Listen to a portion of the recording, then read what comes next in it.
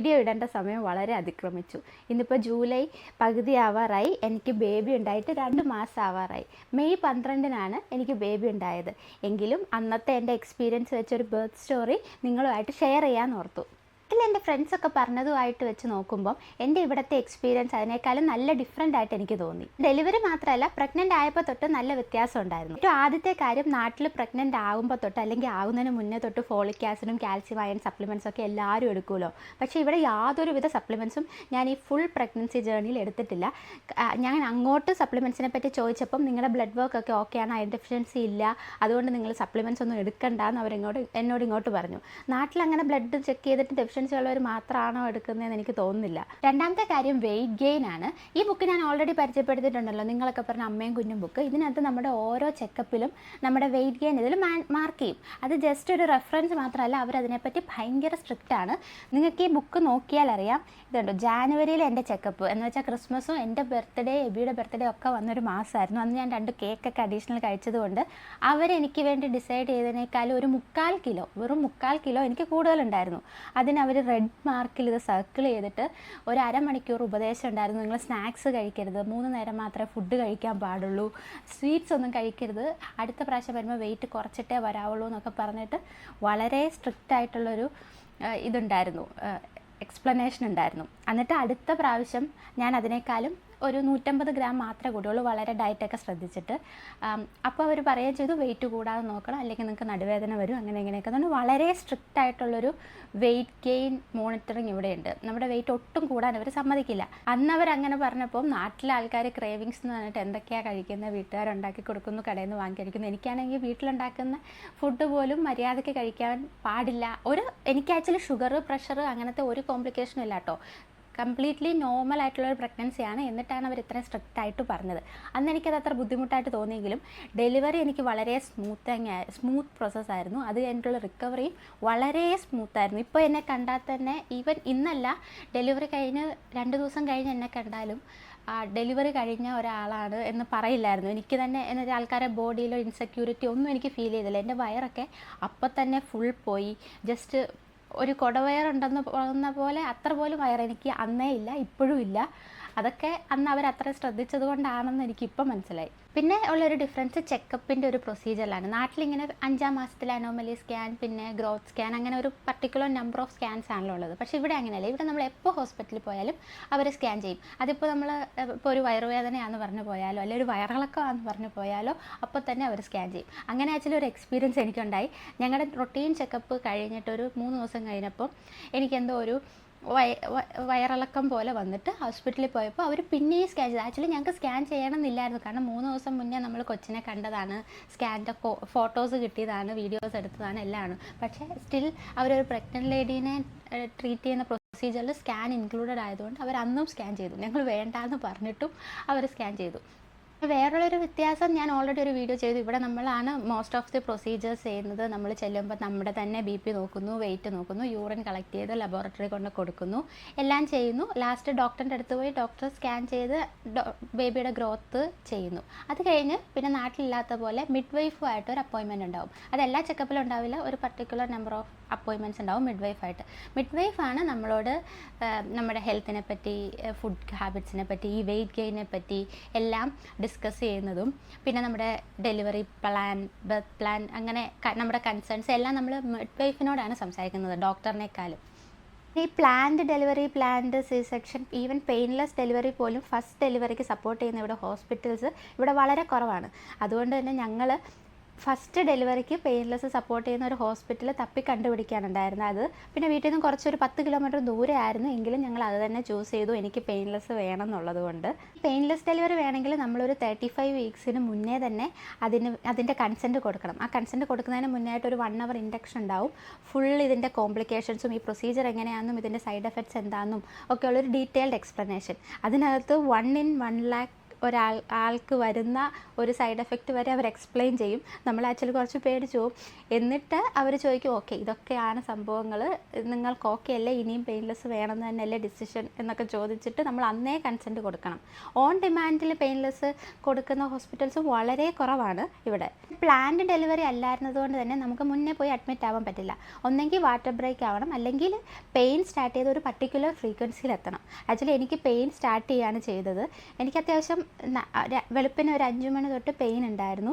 നമുക്ക് first experience ആണല്ലോ. എന്നിട്ട് ഹോസ്പിറ്റലിൽ വിളിച്ചു. അപ്പോൾ അവർ പറഞ്ഞു 1 അവറിൽ 6 പ്രാവശ്യം പെയിൻ വരുന്നുണ്ടോ എന്ന് നോക്കണം. നമ്മുടെ ഒരു ടെൻഷനും ഇതൊക്കെ കാരണം ഞങ്ങൾ എണ്ണി നോക്കിയപ്പോൾ 6 പ്രാവശ്യം വരുന്നുണ്ടായിരുന്നു. അതുകൊണ്ട് തന്നെ ഞങ്ങൾ ഹോസ്പിറ്റൽ ബാഗൊക്കെ പാക്ക് ചെയ്ത് ടാക്സിയൊക്കെ വിളിച്ച്, പറഞ്ഞില്ലേ കുറച്ച് ദൂരമാണെന്ന്, അപ്പോൾ അവിടെ ഹോസ്പിറ്റലിൽ ചെന്നു. എന്നിട്ട് അവർ നോക്കിയിട്ട് പറഞ്ഞു, ഇല്ല ഈ പെയിനൊന്നും പോരാ, നിങ്ങൾ തിരിച്ച് വീട്ടിൽ പൊക്കോ എന്ന് പറഞ്ഞ് ഞങ്ങളെ വീട്ടിൽ തിരിച്ചു വിട്ടു. എന്നിട്ട് ഞങ്ങൾ പിന്നെയും തിരിച്ച് വീട്ടിൽ വന്ന് വൈകിട്ട് ഒരു 5 മണി എന്ന് വെച്ചാൽ ഒരു 8-10 മണിക്കൂറൂടെ വീട്ടിലിരുന്ന് പെയിൻ സഹിച്ചിട്ടാണ് പിന്നെ ഹോസ്പിറ്റലിൽ പോയത്. പിന്നെ ഹോസ്പിറ്റലിൽ പോയപ്പോൾ പറഞ്ഞു, ഒരു 4 സെൻറ്റിമീറ്റർ ഡയലേറ്റ് ആയിട്ടുണ്ട്, നിങ്ങൾക്ക് വേണമെങ്കിൽ അഡ്മിറ്റ് ആവാം, നിങ്ങൾക്ക് വേണമെങ്കിൽ അഡ്മിറ്റ് ആവാം, അല്ലെങ്കിൽ നിങ്ങൾ വീട്ടിൽ പൊക്കോ, എന്നിട്ട് നിങ്ങൾക്ക് ഇരിക്കാൻ മേലാത്ത വേദന വരുമ്പോൾ വന്നാൽ മതി, അല്ല നിങ്ങൾ ഇതുവഴിയൊക്കെ നടന്നോളൂ എന്നൊക്കെ പറഞ്ഞു. പിന്നെ ഞാൻ വിചാരിച്ചു അപ്പം തന്നെ അഡ്മിറ്റ് ആയേക്കാം, എന്തിനാണ് വീട്ടിൽ പോകുന്നതെന്ന്. ഏകദേശം ഒരു 6:30 ആയപ്പോഴാണ് ഞാൻ അഡ്മിറ്റ് ആയത്. ഹോസ്പിറ്റലിൽ ഡിന്നർ ടൈം അപ്പോൾ കഴിഞ്ഞിരുന്നു. പക്ഷേ അവരെനിക്ക് ഡിന്നർ സെർവ് ചെയ്തു. എന്നിട്ട് കഴിച്ചിട്ട് 1 അവർ കഴിഞ്ഞിട്ട് എപ്പിഡ്യൂറൽ എടുക്കാൻ പറ്റുള്ളൂ എന്നും പറഞ്ഞു. ഓക്കെ, അപ്പോൾ ഞാൻ ഡിന്നറൊക്കെ കഴിച്ചു, എപ്പിഡ്യൂറലിന് വേണ്ടി വെയിറ്റ് ചെയ്തു. പിന്നെ ഇവിടുത്തെ ഏറ്റവും വലിയ ഡിഫറൻസ് എന്താണെന്നറിയോ, നമ്മുടെ ഇവിടെ ബൈസ്റ്റാൻഡർ ഇല്ല. നമ്മൾ അഡ്മിറ്റ് ആകുമ്പോൾ തൊട്ട് നമ്മൾ ഡിസ്ചാർജ് ആകുന്നവർ ഇവിടെ, അതായത് 6-7 ദിവസം നമ്മുടെ കൂടെ ആരെയും അവർ നിർത്തില്ല. നമ്മൾ തന്നെയാണ് അവിടെ ഉള്ളത്. നമ്മുടെ ഫുൾ കാര്യങ്ങളും ചെയ്യുന്നത് മിഡ് വൈഫ് അല്ലെങ്കിൽ നേഴ്സുമാരാണ് ഫുൾ കാര്യങ്ങളും ചെയ്യുന്നത്. അതുകൊണ്ട് ഞാൻ അവിടെ അഡ്മിറ്റ് ആയപ്പോൾ തൊട്ട്, അതിന് 1 അവർ കഴിഞ്ഞിട്ടാണല്ലോ എപ്പിഡ്യൂറൽ വരുന്നത്. അതിൻ്റെ ഇടയിലൊക്കെ പെയിൻ വരുമല്ലോ. ആ പെയിൻ വരുന്ന സമയത്ത് നടു തിരുമ്പി തരിക, ഹോട്ട് പാക്ക് വെച്ച് തരിക, ഇതൊക്കെ മിഡ് വൈഫ് ചെയ്യുന്നുണ്ടായിരുന്നു കേട്ടോ. സത്യം പറഞ്ഞാൽ ഞാൻ വീട്ടിൽ ഇത്രയും അവേഴ്സ് ഇരുന്നപ്പം എബി തിരുമ്മി തരുന്നതിനേക്കാളും വളരെ ഫാർ ബെറ്ററായിട്ട് മിഡ് വൈഫ് തിരുമ്മി തരുന്നുണ്ടായിരുന്നു. കാരണം അവർക്കറിയാലോ കറക്റ്റ് എവിടെ പൊസിഷനിൽ ചെയ്താലാണ് വേദന കുറയാന്നൊക്കെ. അതുകൊണ്ട് ബൈസ്റ്റാൻഡർ ഇല്ലാത്തതിൻ്റെ ഒരു ബുദ്ധിമുട്ട് ഒട്ടും ഫീൽ ചെയ്തില്ല. ഭയങ്കരമായിട്ടും മിഡ് വൈഫ് നഴ്സുമാരും ഒക്കെ ടേക്ക് കെയർ ചെയ്യുന്നുണ്ട് നമ്മളെ. പിന്നെ എനിക്ക് എപ്പിഡ്യൂറൽ തരേണ്ട അനസ്തേഷ്യസ്റ്റ് ഡിലേ ആയതാണോ അതോ ബിസി ആയതാണോ എന്ന് എനിക്കറിയില്ല. എന്തായാലും ഏകദേശം ഒരു 9:30 ആയപ്പോഴാണ് എനിക്ക് എപ്പിഡ്യൂറൽ കിട്ടിയത്. അപ്പോഴേക്കും ആ എപ്പിഡ്യൂറൽ കിട്ടുന്നതിന് തൊട്ട് മുന്നത്തെ പെയിനൊക്കെ കുറച്ച് എനിക്ക് സഹിക്കാൻ പറ്റാത്തൊരു വേദനയായിരുന്നു. ആ ഒരു വേദന മാത്രമേ, ആ ഒരു സൈക്കിൾ മാത്രമേ എനിക്ക് അങ്ങനെ ഒരു സഹിക്കാൻ മേലാത്ത വേദന വന്നുള്ളൂ. പിന്നെ ഉടനെ തന്നെ എപ്പിഡ്യൂറലിൻ്റെ എഫക്റ്റ് വന്ന് വേദനയൊക്കെ ഫുള്ള് പോയിട്ടോ. അതുകൊണ്ട് ആരെങ്കിലും, എൻ്റെ ഒരു പേഴ്സണൽ ഒപ്പീനിയനാണ്, ആരെങ്കിലും നോർമൽ ഡെലിവറി ചൂസ് ചെയ്യുന്നുണ്ടെങ്കിൽ, എപ്പിഡ്യൂറലിന് ഓപ്ഷൻ ഉണ്ടെങ്കിൽ, നിങ്ങൾക്ക് വേദന സഹിക്കാൻ താല്പര്യമില്ലെങ്കിൽ ഉറപ്പായിട്ടും എപ്പിഡ്യൂറൽ എടുത്തോളൂ. വളരെ നല്ല കാര്യമാണ്. 1 മണിക്കൂർ മോണിറ്റർ ചെയ്തിട്ട് അവരെന്നെ നോർമൽ റൂമിലോട്ട് മാറ്റി. പിന്നെ ഫുൾ കാര്യങ്ങൾ മോണിറ്റേർഡ് ആട്ടോ. നമ്മുടെ oxygen level, BP, heart rate, ബേബിയുടെ ഹാർട്ട് റേറ്റ് മോണിറ്റർ, അങ്ങനെ എല്ലാം ഫുള്ളി കണക്റ്റഡ് ആണ് എപ്പിഡ്യൂറൽ എടുത്ത് കഴിയുമ്പോഴേ. അതുകൊണ്ട് പിന്നെ നമുക്ക് കട്ടിലിൽ നിന്ന് എണീറ്റ് എവിടെയും പോകാനൊന്നും പറ്റില്ല. പിന്നെ ഫുൾ നൈറ്റ് ഞാൻ കിടന്നുറങ്ങി. ഇടയ്ക്കിടയ്ക്ക് അവർ വന്ന് ചെക്ക് ചെയ്യുന്നുണ്ടായിരുന്നു. പിന്നെ എപ്പിഡ്യൂറലിൻ്റെ അളവ് നോക്കുന്നുണ്ടായിരുന്നു. അങ്ങനെ ഫുള്ളി മോണിറ്റേർഡായിട്ട് ഞാൻ ഫുൾ ഉറങ്ങി. ഏകദേശം ഒരു രാവിലെ 4 മണി ഒക്കെ ആയപ്പം എനിക്ക് പിന്നെ പെയിനല്ല, ഭയങ്കര ഒരു ബുദ്ധിമുട്ട് തോന്നി. അപ്പം ഞാൻ വിചാരിച്ചു എപ്പിഡ്യൂറലിൻ്റെ എഫക്റ്റ് പോയതാണെന്ന് ഓർത്ത് ഞാൻ അവരെ വിളിച്ചു. അപ്പോൾ അവർ പറഞ്ഞു എഫക്റ്റ് കൂട്ടിയിട്ടുണ്ട്, കുഴപ്പമില്ല. പക്ഷേ സ്റ്റിൽ എനിക്ക് ഭയങ്കര അൺകംഫർട്ടബിളായി. അപ്പോൾ പിന്നെ അവർ വന്ന് സെർവിക്സ് ചെക്ക് ചെയ്ത് നോക്കിയപ്പോൾ ഫുള്ളി ഡയലേറ്റ് ആയിട്ടുണ്ടായിരുന്നു. അപ്പോൾ അവർ ഓക്കെ ഫുള്ളി ഡയലേറ്റ് ആയി, നമുക്ക് ഡെലിവറി റൂമിലേക്ക് മാറാം എന്നൊക്കെ പറഞ്ഞ് പോയി. എന്നിട്ട് അതിൻ്റെ പ്രൊസീജിയേഴ്സ് നടക്കുവാണ്.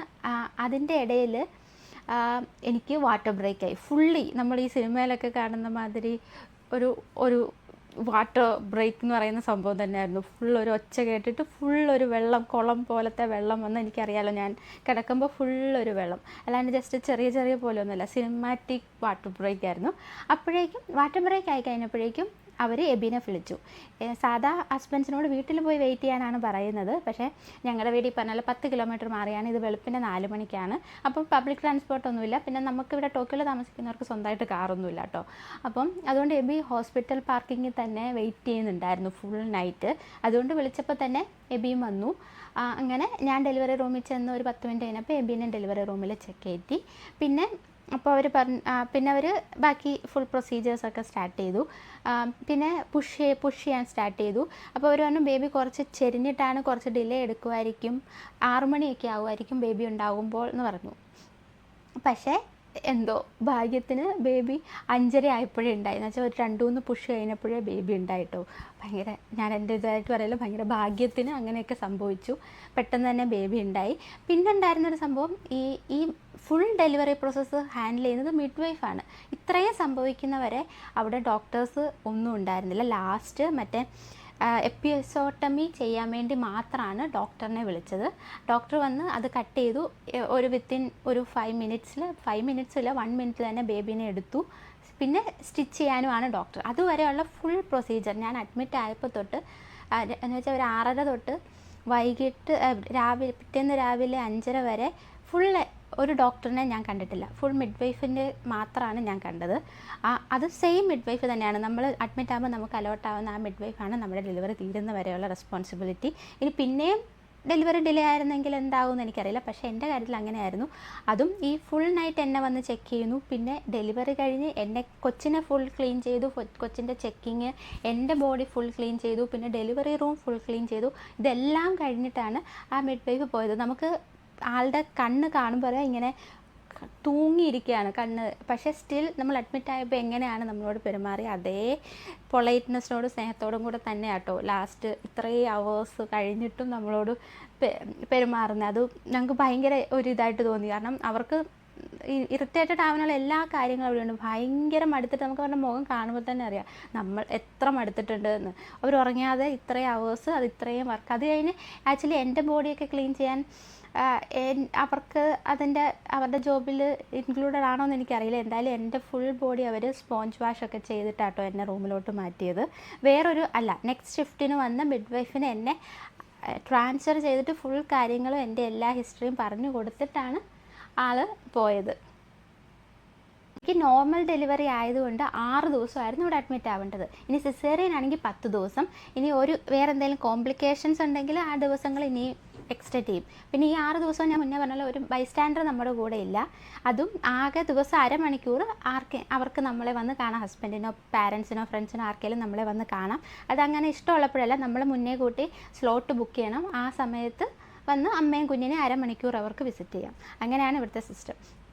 അടുത്ത കാര്യം, നാട്ടിൽ കൊച്ചുണ്ടായി ഫുൾ മറ്റേ ചെക്കപ്പൊക്കെ കഴിഞ്ഞ് അമ്മയുടെ കയ്യിലോട്ട് കൊച്ചിനെ തരുമല്ലോ. പക്ഷേ ഇവിടെ അങ്ങനെ തരില്ല. ഇവർ ഫുൾ ചെക്കപ്പൊക്കെ കഴിഞ്ഞ് കൊച്ചിനെ നഴ്സറിയിലോട്ടാണ് കൊണ്ടുപോകുന്നത്. ഈ എപ്പിഡ്യൂറലിൻ്റെ ആഫ്റ്റർ എഫക്റ്റ് ആയിട്ടാണെന്ന് തോന്നുന്നു. എൻ്റെ ടെമ്പറേച്ചർ 38 ഡിഗ്രി ആയിരുന്നു. അവർ തന്നെ പറഞ്ഞു എനിക്ക് പനിയൊന്നുമില്ല, പക്ഷേ ഇതിൻ്റെ ഒരു ആഫ്റ്റർ എഫക്റ്റ് ആയിരിക്കും, അതുകൊണ്ട് ഇന്ന് കൊച്ചിനെ എന്തായാലും തരില്ല. ആ ടെമ്പറേച്ചർ കുറഞ്ഞിട്ട് അത് കഴിഞ്ഞൊരു ഇൻഡക്ഷനുണ്ട്. കൊച്ചിനെ റൂമിൽ കൊണ്ടുവന്നിട്ട് എന്തൊക്കെയാണ് ചെയ്യേണ്ടത്. ഈ പറഞ്ഞാൽ 2 മണിക്കൂർ കൂടുമ്പോൾ പാല് കൊടുക്കണം, കൊച്ചിനെ അൺഅറ്റൻഡഡ് ആയിട്ട് വെച്ചിട്ട് പോകാൻ പാടില്ല. ഈവൻ ബാത്റൂമിൽ ചെറിയ ഷോർട്ട് ബ്രേക്കിന് പോവുകയാണെങ്കിൽ, കുളിക്കാനൊക്കെ പോവുകയാണെങ്കിലും കൊച്ചിനെ കൊണ്ട് നഴ്സിംഗ് സ്റ്റേഷനിലാക്കണം. അങ്ങനെയൊക്കെ പറഞ്ഞിട്ടുള്ളൊരു ഇൻഡക്ഷൻ ഉണ്ടായിരുന്നു 1/2 മണിക്കൂർ. അതുകൂടെ അറ്റൻഡ് ചെയ്താൽ മാത്രമേ കൊച്ചിനെ നമ്മുടെ കൂടെ തരുള്ളൂ. അതുകൊണ്ട് അന്നത്തെ ദിവസം എൻ്റെ ബേബി ഫുൾ ടൈം നഴ്സറിയിലായിരുന്നു. ഞാൻ കൊച്ചിനെ കണ്ടേയില്ല. പിന്നെ അന്ന് പക്ഷേ ഇവിടെ ഈ ബൈസ്റ്റാൻഡേഴ്സ് കൂടെ ഇല്ലെങ്കിൽ നമുക്കിങ്ങനെ ഒരു ബോറടി ഉണ്ട് എന്നുള്ളത് സത്യമാണ്. ആരോടും മിണ്ടാനില്ല, പിന്നെ അങ്ങനെ വേറെ എന്ത് ചോദിച്ചാലും എടുത്തു തരാൻ ആരില്ല, അങ്ങനത്തെ സംഭവങ്ങളുണ്ട്. അതല്ലാണ്ട് എല്ലാ കാര്യങ്ങളും നഴ്സുമാർ നോക്കും കേട്ടോ. ഈ പിറ്റേ ദിവസം ഡെലിവറി കഴിഞ്ഞ അന്നത്തെ ദിവസം നമുക്ക് എപ്പിഡ്യൂറൽ എടുത്തത് കൊണ്ട് യൂറിനേഷൻ നടക്കുന്നുണ്ടോയെന്നോ അങ്ങനെ എന്തോ ചെക്ക് ചെയ്യാനുണ്ടായിരുന്നു. അതിന് വേണ്ടിയിട്ട് ഒരു നേഴ്സ് എന്നെ വീൽ ചെയറിൽ ടോയ്ലറ്റിനകത്ത് കൊണ്ടുപോയി എൻ്റെ കൂടെ നിന്ന് യൂറിനേഷൻ നടക്കുന്നുണ്ടോ എന്നൊക്കെ ചെക്ക് ചെയ്ത് തിരിച്ച് എനിക്ക് ഫുൾ ഡ്രസ്സ് ചെയ്യാനൊക്കെ ഹെൽപ്പ് ചെയ്യുന്നതൊക്കെ ഒരു നേഴ്സാട്ടോ. ഈവൻ എനിക്ക് തോന്നുന്നു നമ്മുടെ വീട്ടുകാരിൽ നിന്ന് അവർക്ക് ഇത്രയും നന്നായിട്ട് ചെയ്യാൻ അറിയില്ലല്ലോ. അവർക്ക് ചെയ്യാൻ മനസ്സുണ്ടാവും, പക്ഷെ അവർക്ക് അറിയില്ലല്ലോ എങ്ങനെയാണ് ഒരാളുടെ ഡെലിവറി കഴിഞ്ഞ് സ്റ്റിച്ചൊക്കെ ഉള്ള ഒരാളെ ഡ്രസ്സ് ചെയ്യാൻ എങ്ങനെയാണ് ഹെൽപ്പ് ചെയ്യേണ്ടത് എന്നൊന്നും അറിയില്ലല്ലോ. പക്ഷേ നേഴ്സ് ആയതുകൊണ്ട് അതെല്ലാം ഭയങ്കര പ്രൊഫഷണലായിട്ട് ഭയങ്കര നല്ല ഹെൽപ്പ് എനിക്ക് കിട്ടി കേട്ടോ. എനിക്ക് വളരെ നല്ല എക്സ്പീരിയൻസ് ആണ് ഈ നേഴ്സുമാരുടെ കയ്യിൽ നിന്നൊക്കെ ഉണ്ടായിരുന്നത്. നാട്ടിലെ നഴ്സുമാരെ കുറ്റം പറയുന്നതല്ല, അവനവൻ ചെയ്യുന്ന ജോലിക്ക് ഡിസേർവിംഗ് ആയിട്ടുള്ള സാലറി ഇവിടെ കിട്ടുന്നുണ്ട്. അതുകൊണ്ട് അവരുടെ ജോലിയോട് അവർക്ക് ആത്മാർത്ഥതയുണ്ട്, അവരിഷ്ടപ്പെട്ട് ആ ജോലി ചെയ്യുന്നു. അതുകൊണ്ട് പേഷ്യൻസിനും അതിൻ്റെ ബെനിഫിറ്റ് ഉണ്ടാകുന്നു. അവർക്ക് സാലറി കിട്ടുന്നുള്ളത് കൊണ്ടാണ് ഇതെല്ലാം നടക്കുന്നത്. ഈ 6 ദിവസം അഡ്മിറ്റ് ആവുന്നതിൻ്റെ ഇടയിൽ നമ്മുടെ ഫുൾ ഫുഡിൻ്റെ കാര്യവും ഡ്രസ്സും അമ്യൂണിറ്റീസും എല്ലാം ഹോസ്പിറ്റലിൽ നിന്ന് പ്രൊവൈഡ് ചെയ്യും കേട്ടോ. പിന്നെ ഇതിൻ്റെ ഇടയിൽ നമ്മൾക്ക് ബേബീനെ കുളിപ്പിക്കാൻ വേണ്ടിയിട്ടുള്ളൊരു ക്ലാസ് ഉണ്ട്. അവർ ലൈവായിട്ട് നമ്മുടെ കൊച്ചിനല്ല, അന്ന് ഉള്ള ഒരു 3-4-5 അമ്മമാരെ വെച്ചിട്ട് അവരൊരു കൊച്ചിനെ കുളിപ്പിച്ച് കാണിച്ചിട്ട് എങ്ങനെയാണ് കുളിപ്പിക്കേണ്ടത്, എങ്ങനെയാണ് ഓരോ ഭാഗവും ക്ലീൻ ചെയ്യേണ്ടത് എന്നൊക്കെ ഉള്ളൊരു ക്ലാസ് ഉണ്ട്. അതൊക്കെ ഉണ്ട്. പിന്നെ നമ്മുടെ ബേബീനെ അവർ 1 പ്രാവശ്യം കുളിപ്പിക്കും. പിന്നെ ഉള്ളൊരു വ്യത്യാസം എന്ന് പറയുന്നത് ഇവിടെ വാക്സിൻസ് നമ്മൾ ഫസ്റ്റ് 2 months ഒരു വാക്സിനും എടുക്കില്ല. നാട്ടിൽ BCG എന്നൊക്കെ വാക്സിൻ ജനിച്ചതിൻ്റെ പിറ്റേന്നോ അപ്പം തന്നെ എന്തൊക്കെ എടുക്കുമല്ലോ. പക്ഷേ ഇവിടെ ഇതുവരെ ഇപ്പോൾ 2 months ആവുന്നേ ഉള്ളൂ എൻ്റെ ബേബിക്ക്. പക്ഷേ ഇതുവരെ ഒരു വാക്സിനും എടുത്തിട്ടില്ല. കാരണം എന്തോ ചെറിയ ഒരു സൈഡ് എഫക്റ്റ് ഉണ്ടാവും അത്ര ന്യൂ ബോൺസിന് നേരത്തെ വാക്സിൻ എടുത്ത്. അതുകൊണ്ടാണെന്നാണ് ഞങ്ങൾ നെറ്റിൽ നോക്കിയപ്പോൾ കണ്ടത്. ഫസ്റ്റ് പ്രഗ്നൻ്റ് ആയപ്പോൾ ലാംഗ്വേജ് അറിയില്ല. പിന്നെ ഹോസ്പിറ്റൽസ് നോക്കിയപ്പോൾ പെയിൻലെസ് ഉള്ള ഹോസ്പിറ്റൽസിൽ അങ്ങനെ കുറേ ടെൻഷൻസ് ഒക്കെ ഉണ്ടായിരുന്നു. പക്ഷേ അങ്ങനത്തെ ഒരു കുഴപ്പങ്ങളും ഉണ്ടായില്ല. ലാംഗ്വേജ് അറിയാത്തതിൻ്റെ ഇഷ്യൂസ് ഒന്നും ഞാൻ ഫേസ് ചെയ്തിട്ടില്ല കേട്ടോ. നഴ്സുമാരൊക്കെ ഭയങ്കര കോർപ്പറേറ്റീവായിട്ട് അവരുടെ ഫോണിൽ ഗൂഗിൾ ട്രാൻസ്ലേറ്റ് എടുത്തിട്ട് എല്ലാ കാര്യവും അതിൽ ചെയ്തിട്ട് എന്നോട് പറയും, ഞാൻ തിരിച്ചു പറയും. അങ്ങനെ കമ്മ്യൂണിക്കേഷൻ ഇഷ്യൂസ് ഒന്നും ഉണ്ടായില്ല. അവർ ഭയങ്കര കോർപ്പറേറ്റീവ് ആയിരുന്നു അതിന് വേണ്ടി. അതുകൊണ്ട് അങ്ങനത്തെ ഇഷ്യൂസ് ഒന്നും എനിക്ക് ഉണ്ടായില്ല ഇവിടുത്തെ ഡെലിവറി എക്സ്പീരിയൻസിൽ. അതാണ് എൻ്റെ birth story in Japan. Thank you for watching. See you in another video.